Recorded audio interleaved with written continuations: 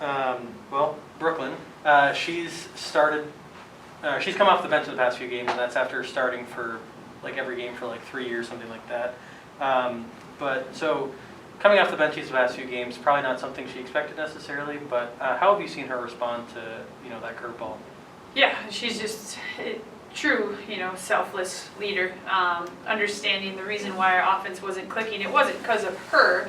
It's just a matter of fact that teams were really sinking in on us because of Rachel and having, Sid as really the only true shooter out there when Rachel's inside. It made it very difficult for us to have pace. So when I let her know, obviously I hope she's bummed out, but at the same time, she was a leader about it. She said it's the right call. She got it. She understood. She moved on, and she's been playing well. In significant minutes still. It's just that initial start. Yeah. For years she's been, like you said, a leader of this team. She's been a starter. She's been really one of the pillars. How difficult is it to make that decision as a coach to be like, hey, we need you, not starting? Yeah, I think it used to be harder on me, and it still is, but we don't look at my win-loss record based on, who did she start? You look at the end of the game, and that's where you get that material from. So making it emotional as a business person is just matter of fact. Are we going to be better if we make this decision? Coaches say yes, yes, yes. We do it. And then we explain it. Like, I'm not cutthroat about it. It's just matter of fact. And then we move on. A lot of times in halftime, too, I make different starts based on how people are playing. So, it's probably emotional for players to get yanked, if you want to say it, but as long as they know why, and we can get them regrouped a little bit, they understand. Mm-hmm. You mentioned the X's and O's a little bit too. With Coley starting and Brooklyn off the bench, how has that made your team better? I think our tempo is just a little better because we have better spacing. Coley is really active. People probably don't see it a ton, but she's a super active cutter. So she has that just downhill pace without the basketball. She's moving a ton.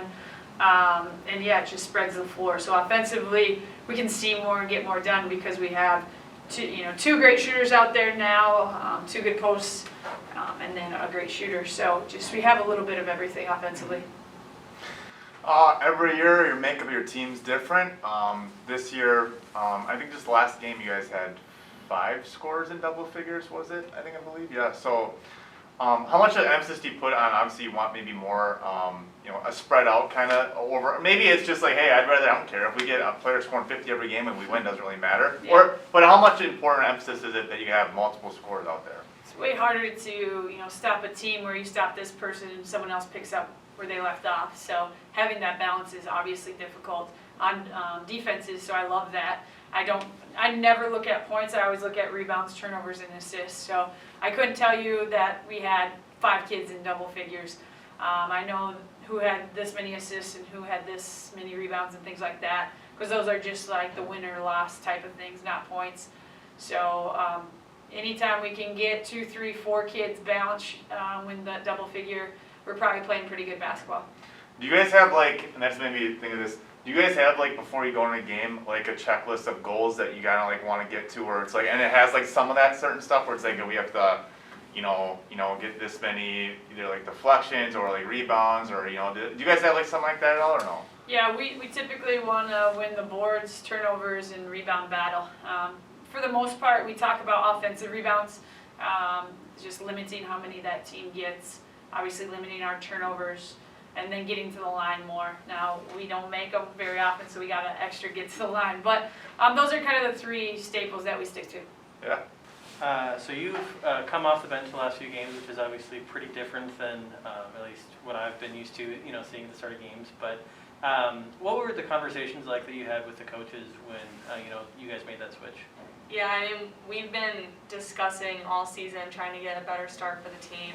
It hasn't been something that's just kind of been recent. We've been trying to focus on that in practice and games. It seems like our first 5 or 10 minutes seem to decide if we're going to win or lose a game when we look back at it. So it's been something we've been messing with lineups and stuff in practice. And obviously Chloe had a really good game a couple ago where she was just hitting threes, and she has been ever since. So trying to get more shooters in that starting lineup and then have a little bit of diversity coming off the bench, not starting off with all attackers. So we're just trying to mess with some lineups, see for the future, kind of getting into postseason and stuff where we can have the best start for our team. Mm-hmm. And obviously you do something like this because, yeah, you want to be better as a team, you want to get wins. So how have you seen, this tinkering with the lineup, how have you seen it pay off for the team? Yeah, I mean, our first, when we're in practice, the entire team is scoring on each other. So you can really have your pick at who you want coming off, whether it be someone that you guys haven't seen who's been hitting threes at practice or someone going downhill a lot. So, I mean, it's kind of just, there's a lot for DeVille and Jamie and Erica to pick from because we have so many girls that are really, really good at their roles. So I think they're just trying to see who's having a really good week at practice and then maybe throwing them into a role like that towards the end of the week and see how they perform. So it's been probably a challenge for them because there's so many girls on the team, but I think we've seen some benefits to it already. This isn't all to say that I'm sure you'd love to be starting, be out there right away, but at the same time, how does a mindset like this kind of embody the mindset of, let's do whatever it takes to win? Yeah, I mean, it's no different getting subbed in a couple minutes after the start compared to the start. It's not something that you can sit around and hang your head about. That's what a lot of girls on the team do. So just thinking about our main goal, thinking about your teammates, got to be excited for Coach, one of my best friends. So just focusing on that kind of stuff. Yeah, when you got that unselfishness, then you got that balance like you guys do. Chelsea's, said that she didn't really even know that you guys had 5 scores, or 5 double-digit scores last game.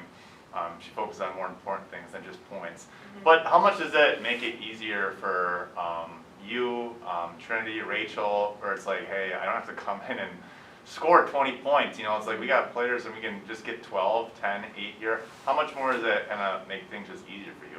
It makes it, I mean, that's when you'll see us in certain games where, kind of like Northern, where you're like, wow, we're firing all cylinders and it's super fun and we look at our best.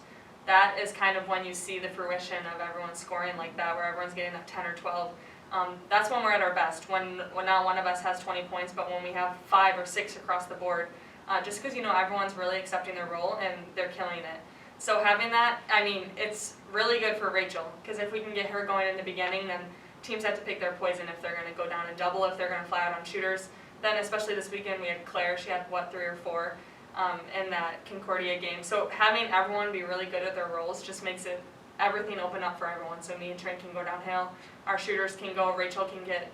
So once everyone starts going, I mean, I think we were in control the whole game against Concordia, and that's when you can really see us at our best.